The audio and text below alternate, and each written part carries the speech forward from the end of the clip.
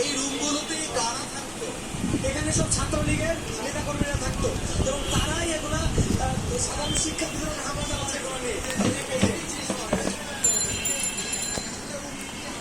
অনেকক্ষণ ধরেই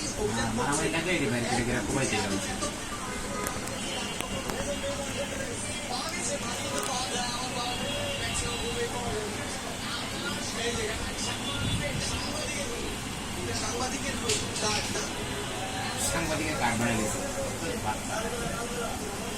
আপনি বুঝতেই পারছেন যে আসলে এইভাবে প্রত্যেকটি রুমে তল্লাশি চালানো, তল্লাশিতে কিন্তু প্রত্যেকটি রুমে কিছু না কিছু পাওয়া যাচ্ছে এবং চিরুনি অভিযান যাকে বলে, চিরুনি অভিযানের মতো করে রুমগুলো কিন্তু সার্চ করা হচ্ছে। আরো দেশীয় অস্ত্র বিস্তারিত জানাতে পারবো যে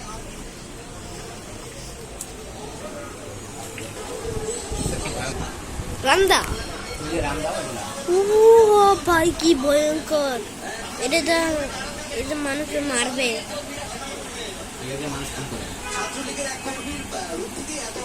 কেন এটা এগুলো নিতেছে ওরা? পুলিশদেরকে মারার জন্য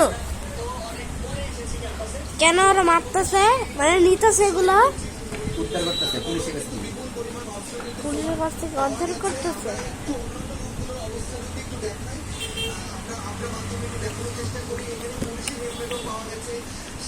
পুলিশের হেলমেট,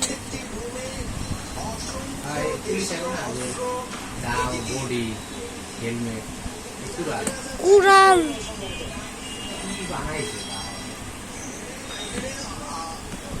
একটা কূপ দিলে মানুষ বাঁচবো না। অভিযান চালাচ্ছেন। এই পর্যন্ত কি পেল? আমরা মোটামুটি হচ্ছে সব দেশে অস্ত্র পেয়েছি এবং আমাদের চামচ ছিল, হেলমেট ছিল,